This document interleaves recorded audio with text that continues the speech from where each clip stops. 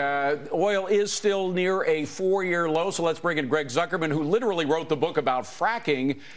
Greg, the big question here is whether the Saudis are going to be successful. First of all, do you think that they are trying to kill off our fracking industry here in the United States? They claim no, of course.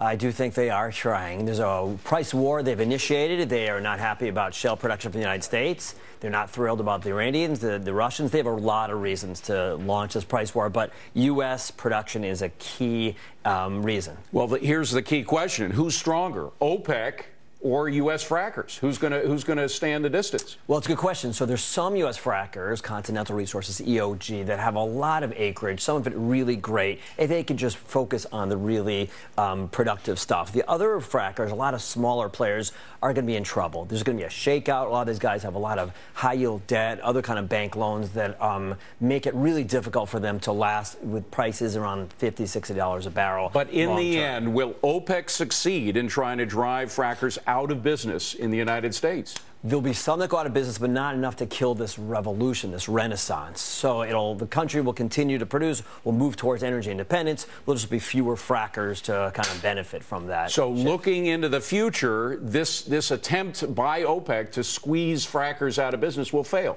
It's a good question. I think they have their hands full. I don't think it's going to succeed, but some production will be slow that otherwise would have come. So right now we're about 9 million barrels a day. We all kind of expected we'd move towards 11. Maybe we'll hit 10.5. So in other words, we'll still see more production. It'll still help the American economy. We'll just won't move towards energy independence as quickly as we otherwise would. Oil yesterday did bounce up a little bit. Some people said it was because enough, as you said, enough smaller frackers would go out of business so that we would have enough, a squeeze on oil to a certain extent that would bring up the price. Today it is back down again. Not that much, but it is back down again. Is that what's happening?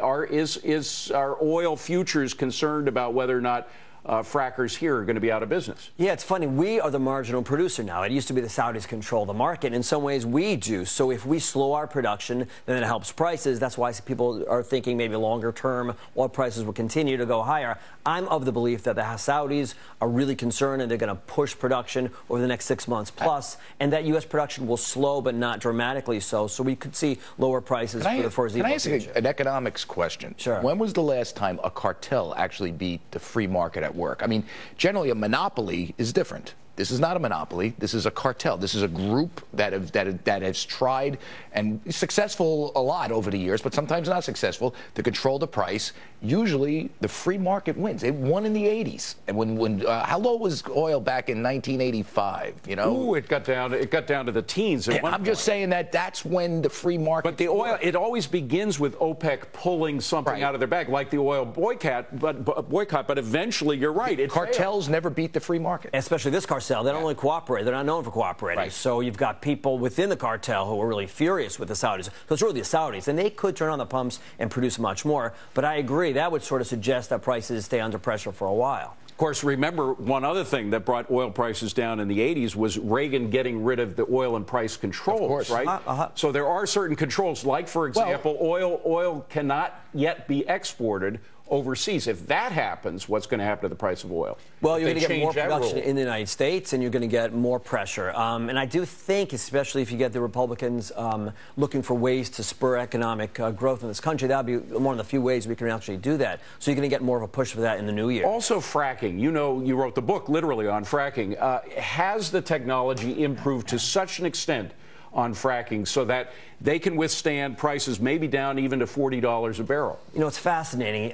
This is the one, to me, the most exciting business innovation in this country. We have introduced so many new economic but also technological innovations when it comes to fracking. And yeah, they can produce 50, 60, 40 gets much tougher. So I would argue that they can handle lower prices, but not $40. Okay, so the frackers that have levered up get blown out. That's part of the free market.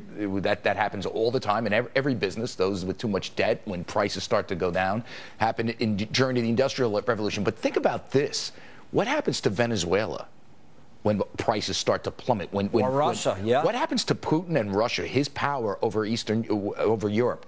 This has incredible geopolitical consequences that are very good. And guess what happened?